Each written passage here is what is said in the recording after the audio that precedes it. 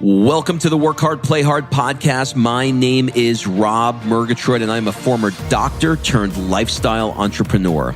Each week, I interview some of the best minds on the planet on the science of achievement and the art of fulfillment. Come take this journey with me. Excuses are over. It's time to live. It's a mandatory thing for me every morning. I wake up, have a glass of water, and I meditate. I don't miss a day. For whatever reason, it allows me to follow intuition in such a more dramatic way. Yeah, I went through a couple of years of reflection, I suppose, right? It allowed me to look inwards, and I've kind of been all over the place. I've made a lot of money. I've driven the Maseratis and the Ferraris and all that. And, what's next? What's going on? What are we doing, right? I think that's another thing that I've really learned is, not having to reinvent the wheel all the time. Just if somebody has done something and they've written a book or a manual or something, just follow it. It's all you have to do. Okay, before we jump into this interview, I want to invite you to be considered for my 2019 Traveling Mastermind. So go to workhardplayhardmastermind.com and fill out the application, and we'll jump on a call to see if you're a great fit. This year, we'll be in Boston doing lots of cool things like training with Tom Brady's trainer, Alex Guerrero. In the middle of the year, we'll be heading to Monaco doing things like vintage car rides through the French Riviera. And then we're going to wrap the year in Florence, Italy, doing things like truffle hunting and hot air ballooning over Florence. Look, life is all about fulfillment, and I really try and walk the walk. So if you are looking to be part of our tribe of 28 high-achieving entrepreneurs that are in the 6- and 7-figure range, fill out your application at workhardplayhardmastermind.com to be considered. So think of the mastermind as having two parts. The first is the trip itself, and the second part is what goes on over the 4 days within the mastermind. Our group of 28 entrepreneurs will help you brainstorm and accelerate what you want to achieve in 2019. And we'll do that through a variety of different exercises, brainstorming activities, breakout sessions, goal-setting sessions. You know the drill.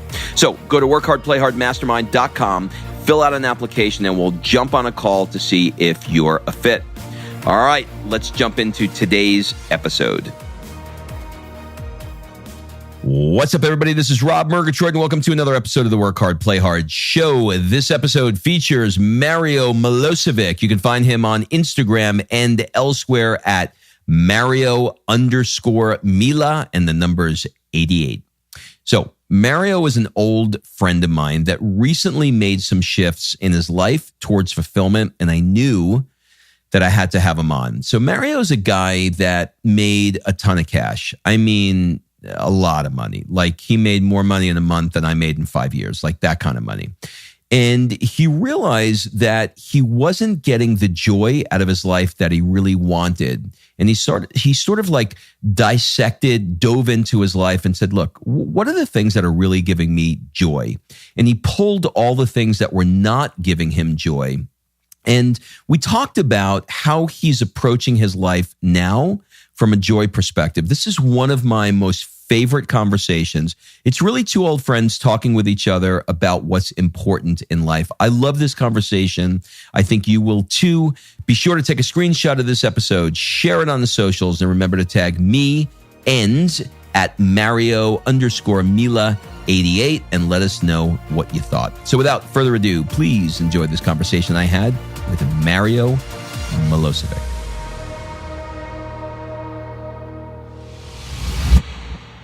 Mario, welcome to the show.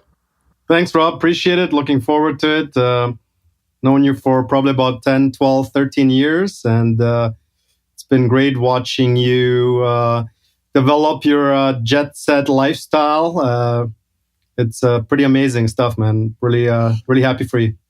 Well, listen, I pale in comparison to your life, which we're going to get into in just a second. So first of all, thank you for making the time. Where are you in the world right now?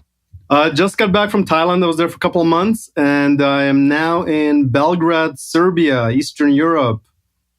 I want to say Belgrade, but it's Belgrade. Is that right? Well, the real name is, the way they pronounce it here is Beograd, but there's both pronunciations. Belgrade or Belgrade is the same thing in terms of, internationally, I suppose.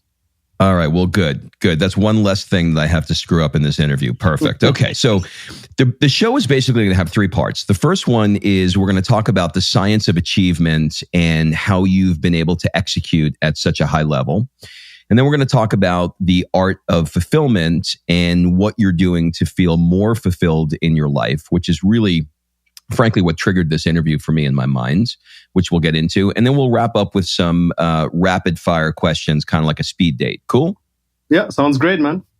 All right. So I think a good jumping off point would be to talk about what it was like growing up for you in Vancouver, British Columbia, when you were a child. Maybe you can give us a few examples of some things that you did with your parents when you were, I don't know, say 10 to 15 years old. Well, when I was 10 to 15, I was actually living in Munich, Germany, so I wasn't in Canada yet. Things that I used to do with my parents, huh? Tell you the truth, both my parents were super, super ambitious. They were both engineers, and they actually always had businesses on the side. And they used to, back in the days, paint comic books, which back in the day, they didn't have really, the high quality printers. So it was all done by hand. So they actually had that business going on in Germany while being engineers during the day. So it was cool to see my parents have ambitions other than just having a job kind of deal, right? So it was good. On the flip side of it, they didn't really spend that much time with me, which as a kid, you really want your parents to spend time. I used to be a soccer player, and I used to have some issues with my dad and not coming to my games and that kind of stuff. But overall, you take the good with the bad and try to pick up the best possible things, I suppose. That is the thing that always comes up with boys and their fathers, right? It's always like, you didn't come to my damn game. My father probably came to 87% of my games, but I'm still pissed off at the 13% he didn't come to. You know what I mean? Like, as a 52-year-old guy now, I have perspective that I didn't have when I was 14. So that's really interesting about the art. They both did that. It wasn't just one of them. Are they both just naturally inclined artists, or like, how did they get into that? I don't really know. I mean, I lived in Munich from the ages of 4 to 14 or 15 or whatever. So, so you were not in Canada during those years. You were in Europe. Okay, got it. Yeah. I was in Germany, and so I'm not really sure how they got into it, but I think it basically had to do with them just being ambitious and trying to find ways to make extra money. And I think actually that business itself, they probably made 90% of their income in it. They created a little studio in the house. And yeah, I think my dad must have worked 22 hours a day or something like that. It was insane. He was always working, So are you an artist? Not at all. I'm mathematically inclined, really. Interesting. Okay. What did you think that you were going to be when you were in high school? Soccer player. Interesting. And did you do did you get it on a professional level in any way, or no? I started, my development in Germany, and then I moved to Canada, and I played in Canada. I played in the United States, and then in Canada again. So before the MLS, there was a Pacific Coast League, and I played in that, and it wasn't developed the way it is developed today. But I really it would have been nice for somebody to take me back to Europe, so to speak, because, I was 16 years old, playing at Canadian national levels, and you didn't really know where to go or what to do. So it would have been nice to have somebody take me there. Probably would have made, I don't know, some second division in some country, or maybe even a first division. All right, so let's fast forward a bit to university. You studied programming. How did you get into that? It wasn't really, well, to tell you the truth, I got into engineering, and then after a year, I didn't really like kind of the people I was studying with. I'm a pretty outgoing guy, and engineering is more, of a science, that kind of thing. So from then on, I got into criminology, actually. And I studied criminology for 2 years. And then that wasn't it either, because every single course I took ended with, these are all theories, and we don't really know why people commit crimes. With a math brain, that does not play well. Totally. And then I always did some programming on kind of like on the side. Back then it was like Fortran or something. I can't remember. But did that. And then eventually I was like, well, I got to finish with something. And then I actually studied, I had a double major, which was applied Germanic linguistics and German literature, which is like really weird. because of my math brain, like you said, but I really enjoyed literature. And because you could learn so much from these amazing, amazing people, right? I think Perry Marshall says that if a book is not 100 years old, don't read it, right? So, that's interesting. I never heard him say that. That's an interesting quote. Yeah. So it was pretty cool. So yeah, I just finished with my Bachelor of Arts and that was it. So you also spent some time in Belgrade, Serbia, and ultimately decided to live there. Can you give us some color on what led to making that decision? Well, I basically living in Vancouver, Canada, and I'm not really. Let's not say I live in Belgrade, but I'm spending considerable amount of time here. I'm traveling a lot, to tell you the truth. Yeah. I think the Western world for me has gotten to a point where the whole political correctness is getting to me. Mm-hmm. And looking at the value, I'm a big, proponent of what am I getting for my money? Like, I don't mind spending money, but what am I really getting for it? And, when you're ordering a burger and it's $25, and I was looking at it going, why is this burger $25? Mm-hmm. Like, what's the point of that? Is it because, the street I just traveled on is nice, or like it just, it doesn't compute, right? Yeah. So after a couple of years, I was like, you know what? Let me, since I'd been making my money online for 15, 16 years now, I really had been able to live anywhere in the world, but I never really embraced that, And it's funny because most people are like, oh, I wish I could just work online and, live anywhere. You have no idea what that's like, And when I say that, it's like, yeah, it is liberating, but there's also other things that go behind that. So, long story short, I went to Serbia maybe 3-4 years ago, and it was kind of a fluke thing. I had donated some money to a children's organization that was led by the king and the princess of Serbia, and they had invited me for a dinner at the White Palace, and that's really why I came here. I mean, I didn't really have any plans to come here, so I did come here. I had dinner with them, and then it was amazing. I mean, it was really cool, and I got to meet some cool people. And looking around, it was like, wait a second. I mean, how much is this? How much is that? I mean, the bargains were incredible. On top of that, you have this vibrant city that's full of coffee shops and restaurants and, a beautiful lake and just like a lot of people having a good time, even though the average wage is something like $300, $350 a month. And I can't really understand that. I was like, what the hell is going on here? How come these people are like partying all the time and they're making no money?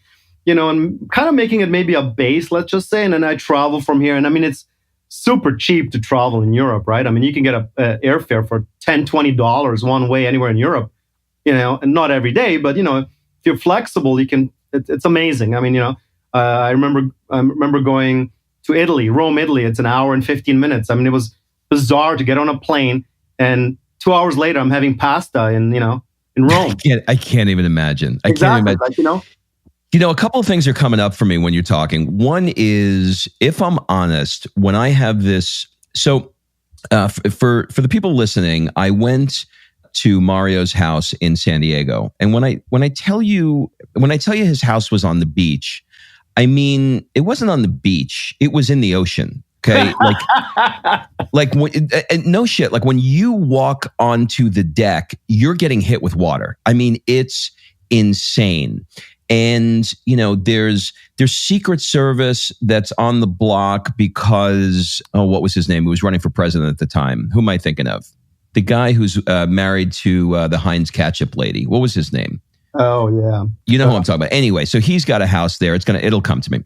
He's got a house there. There's Secret Service on the block. I mean, so when I have this vision of your life and what you were living in, and then I hear you're living in Serbia, and I think, okay, well, he's like, what's going on? Like, why is he there? And you make these mental pictures, and then you sent me a video. I don't know why, I just never YouTubed it, but you sent me a video of what it looks like in your town. I mean, it's a cross between Paris and Italy and parts of Greece. I mean, it was beautiful with rooftop, rooftop bars and wine places. And I mean, it looked like, holy shit, this place is amazing. Like, I cannot believe how cool it looked. No, definitely. I mean, I kind of feel it's like a little secret. so to speak. I mean, it feels kind of like Berlin, maybe, I don't know, 30 years ago or something like that. And yeah, the number of restaurants and bars, it's mind-boggling. I mean, from April until October, there are thousands of people on the street in coffee shops, like until 1, 2 in the morning. And you don't even go out till 1 o'clock. I mean, all clubs don't open till 12 or 1. It's not that I'm a big clubbing guy, but you go once in a while, whatever. Go to some nice lounges, whatever. There's some great DJs. I mean, they, I think, have the biggest festival now in Europe called Exit Festival, which is in Novi Sad, which is about an hour away or so, 45 minutes. But yeah, now you're speaking to my heart. The energy is incredible. I mean, it's a lot of young people.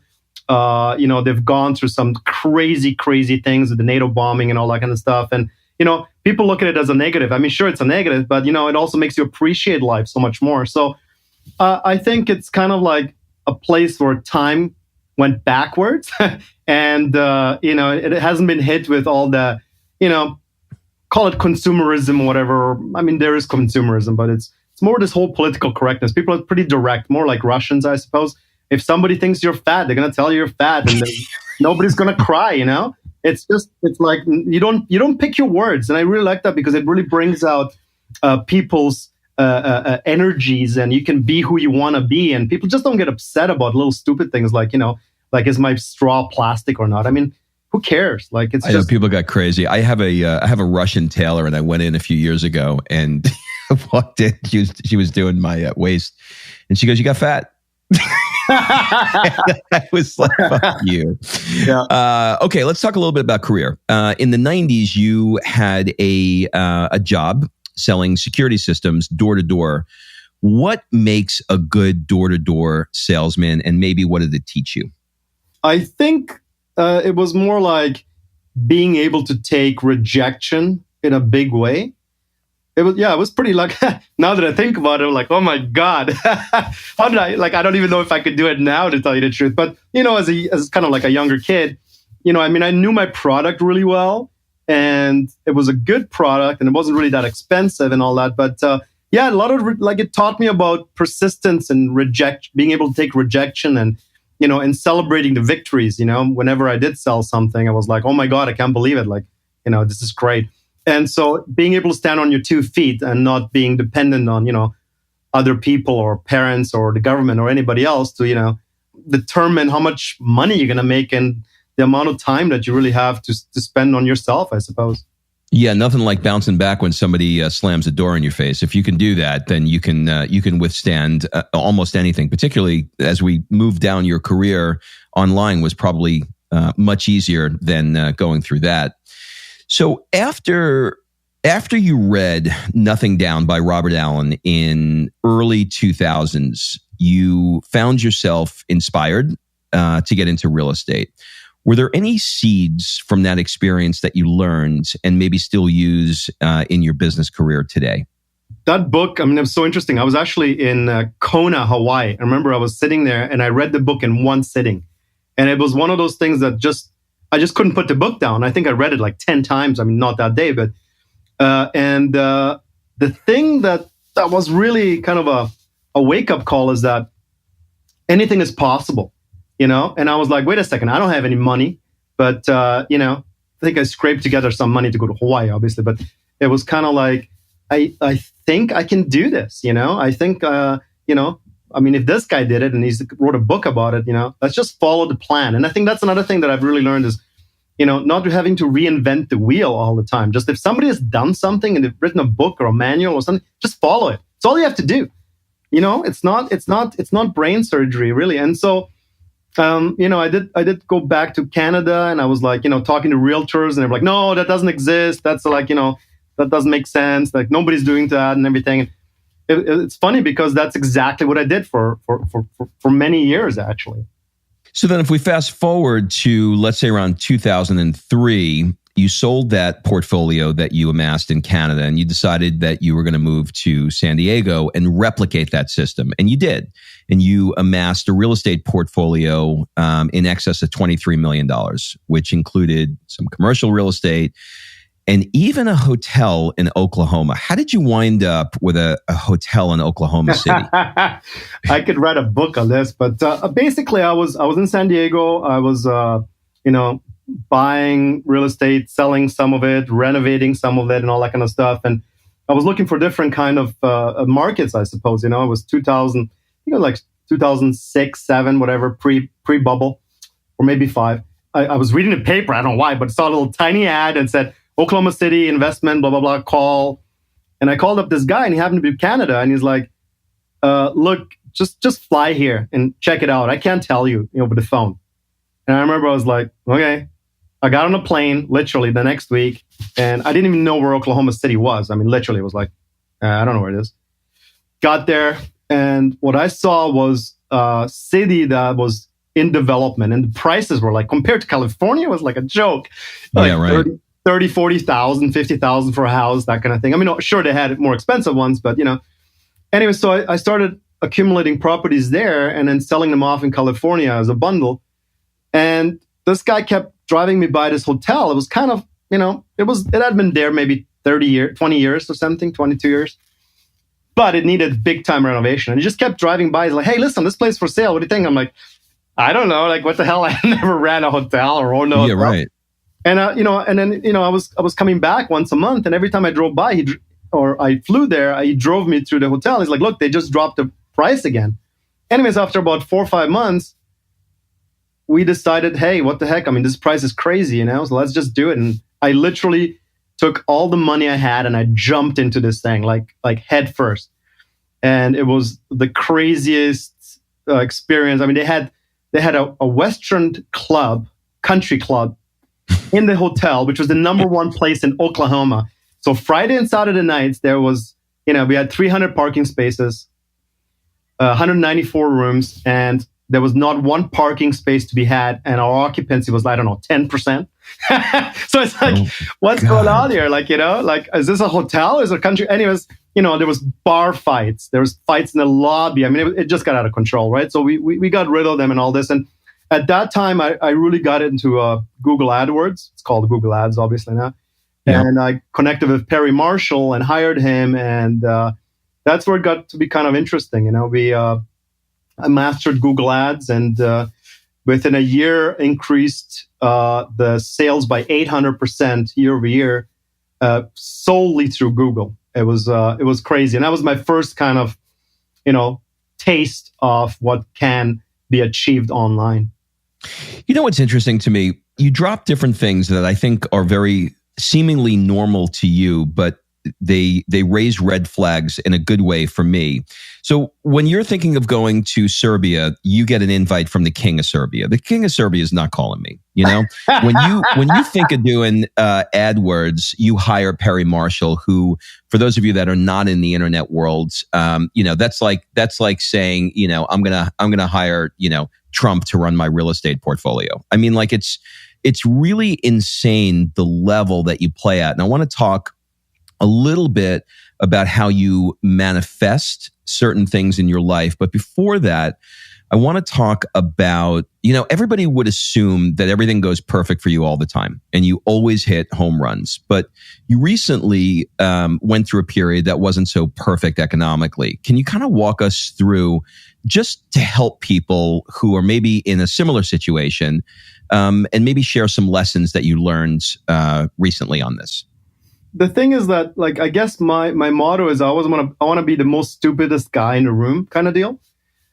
So when you said, when I do want to surround myself with people that are smarter than me and or hire people that are smarter than me, and especially now, I mean, you look at Google AdWords, I wouldn't touch it.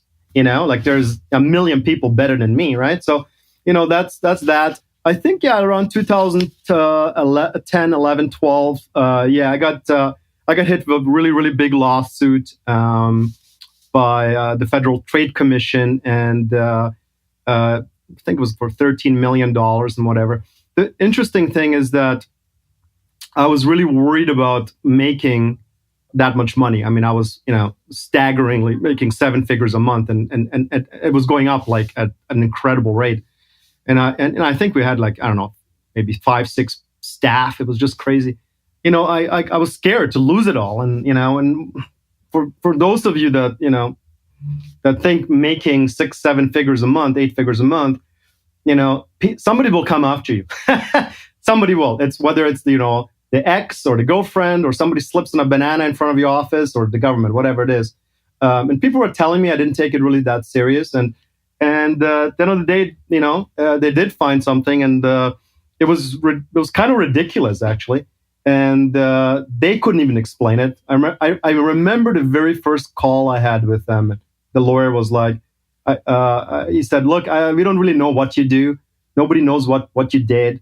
But where's your money?" And I literally choked. I was like, "What? What do you mean?" Anyway, so yeah, that took more of a psychological hit on me, financially as well. But it was really psychologically kind of, I don't say devastating, but you just kind of start thinking about did I do something wrong? Am I a bad person? What's going on? And at the same time, I got divorced, which that was more of a economic hit. But it's fine. So I went through a couple of years of reflection, I suppose, right?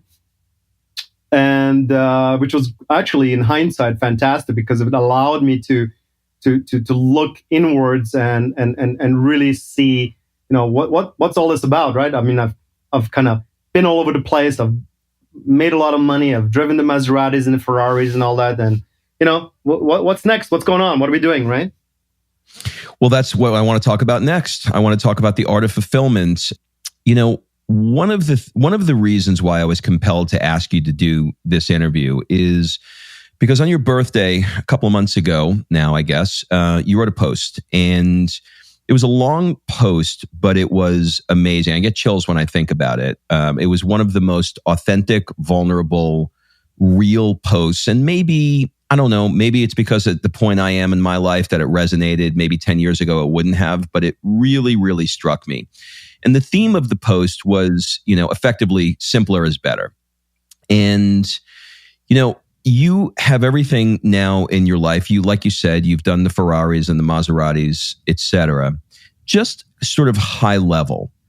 If you sort of look back on those years of, making, over $1 million a month and living, sort of that lifestyle, and now to the way you're approaching your life, what's different?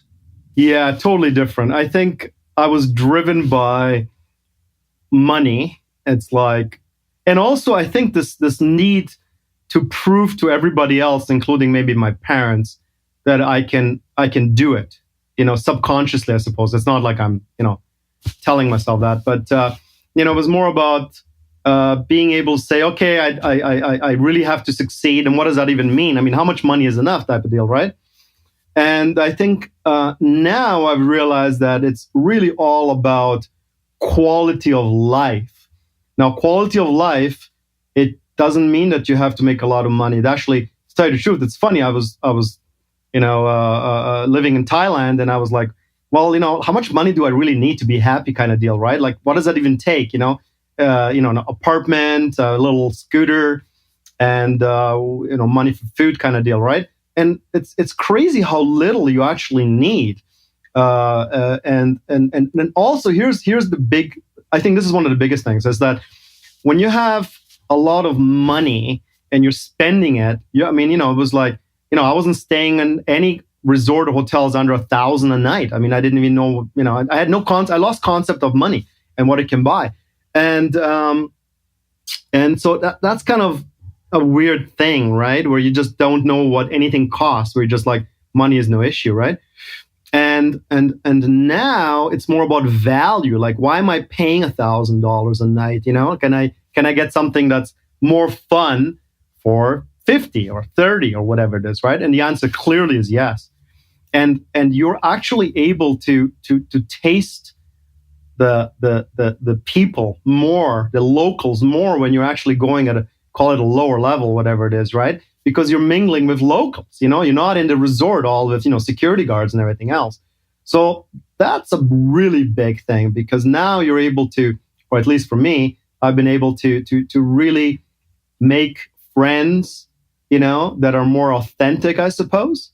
And so yeah, that's one of the greater things that I'm really, really appreciating about being able to just do whatever I want. And it's not this need to stay at a 6-star hotel with a helicopter pad on top, right?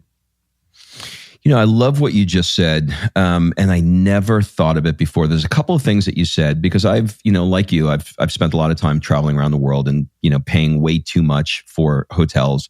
But I never really thought about how much there's an insulation in the hotel of separating you from the experiences that are around you. And you're right, you do wind up becoming friends, quote unquote, with the security guards, the front desk, the people around the resort when you're there, as opposed to really mingling into the locals. And I also love, because we're about to do, Kim and I are going to do 4 months in Europe, which we've never done anything longer than a month. And, so we're looking at what that looks like. And so, the vision that you just painted of, an apartment, with a scooter and mixing with the locals and really resonating or connecting with the environment is so important. But I guess the question that I have for you around that is, let me see how I ask this.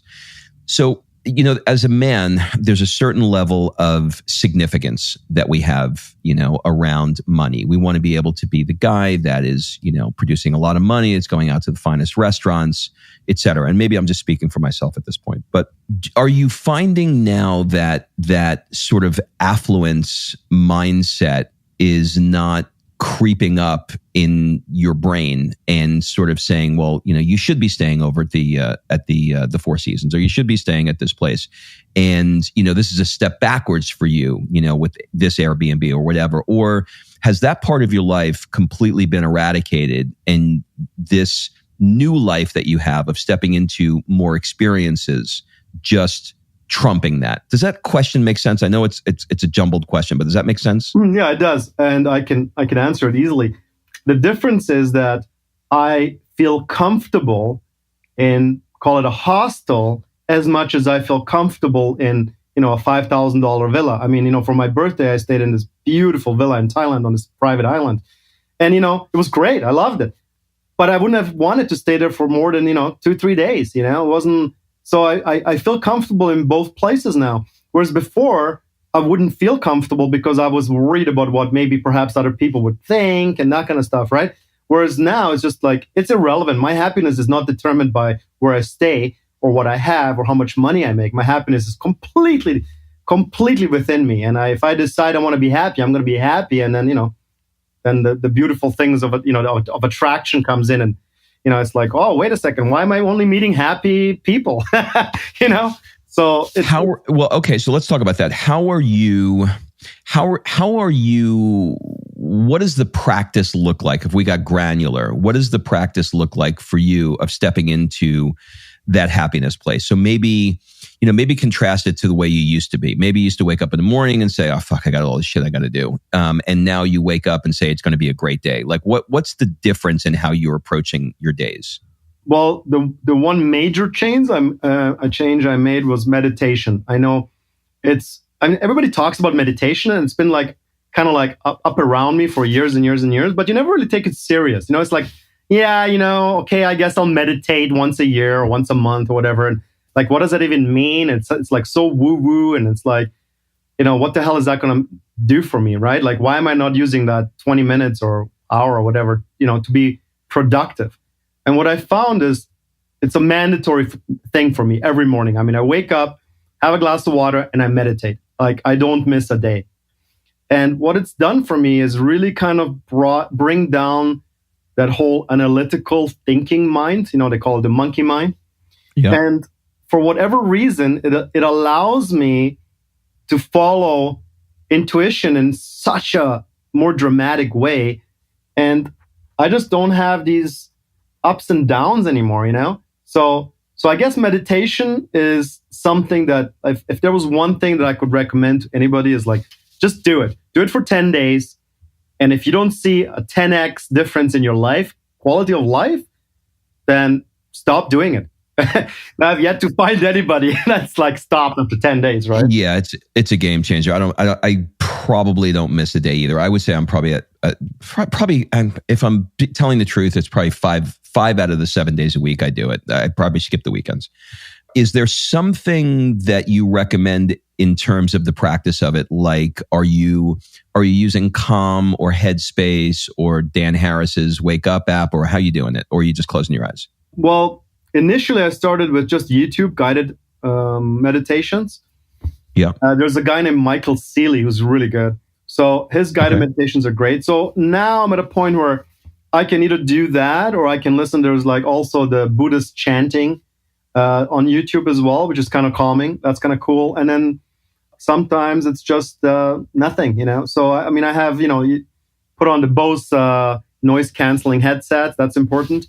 And nobody's disturbing you. Put everything on mute, whatever. And just, I see how I feel. And that's another game changer, is that I look at my feelings way more than I do at my rational mind. And even though it sounds kind of, again, using woo-woo, it's like, why would you? It's all about feelings. How do I feel? If I feel good, do it. If you don't feel good, don't do it. And why am I feeling bad at a certain point? So that's really made a huge difference in the quality of my life. And yeah, I can't say enough about that. Yeah, I can absolutely feel it from you. Okay, so let's hit the last part of our show, which is the rapid fire round. Think of it as a speed dating round. Answer as quickly or as slowly as you'd like. It's basically a first thing that comes to mind round. All right, let's do it. What would your friends say is one of your superpowers? Networking. What's one of the things you're afraid of right now? Being alone. What keeps you up at night? Nothing. What's the one thing that you want to get better at? Looking at more positives in people than negatives.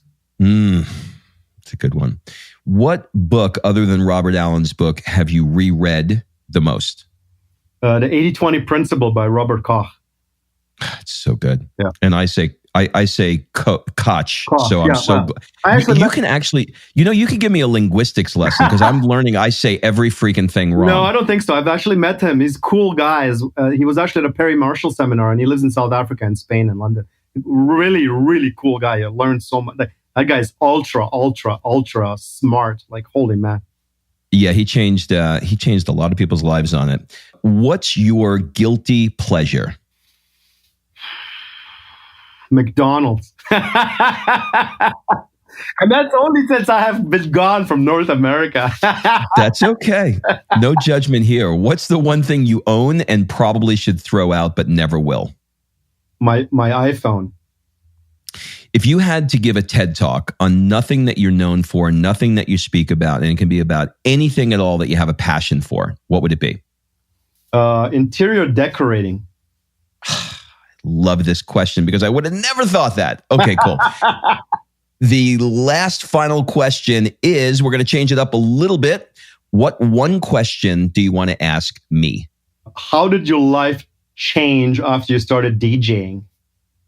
Oh, such a great question. Nobody's asked me that. The way it changed for me is I had resisted an artistic side to me. I loved music, but I couldn't sing. I couldn't dance. I can't draw.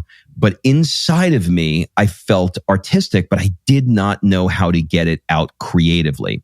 One day I was in Ibiza, staying at a hotel called the Ushuaia. And that week they had Swedish House Mafia, Tiesto, Avicii, all of the big names that were there, literally at the hotel every night. And so I just, became immersed in watching how these guys do what they do. And I realized how artistic it was when you have four CDJs, they're called, that are playing one song on top of each other, making a new song. And that's art. I mean, you're literally mixing live. And I just became fascinated with it.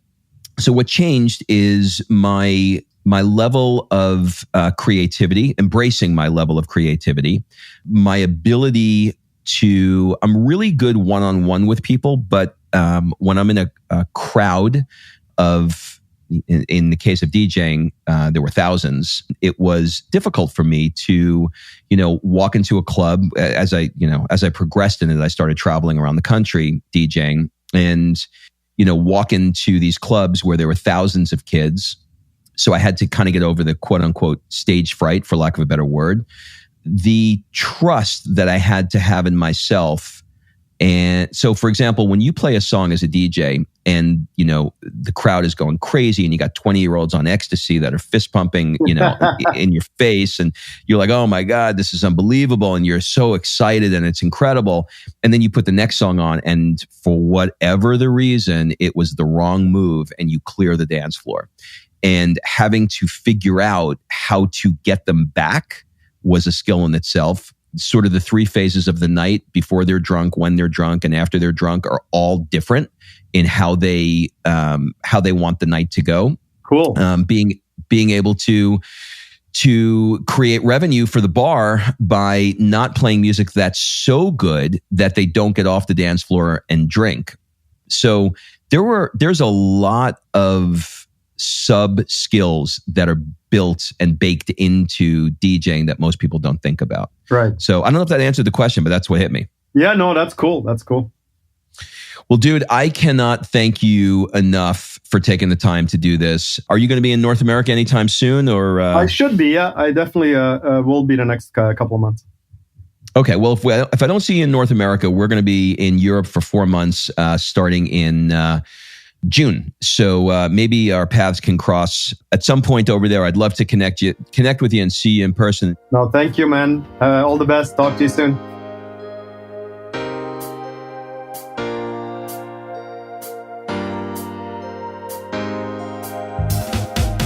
All right. Thanks for listening. If you love this episode and you know someone that needs some help in either stepping up their work hard game or their play hard game, it would mean the world to me if you shared this podcast with them to help me get this movement out there. So if you like what you heard, head on over to iTunes, take 30 seconds and leave me a 5-star review, and I will be forever grateful. So until the next episode, excuses are over. It's time to live.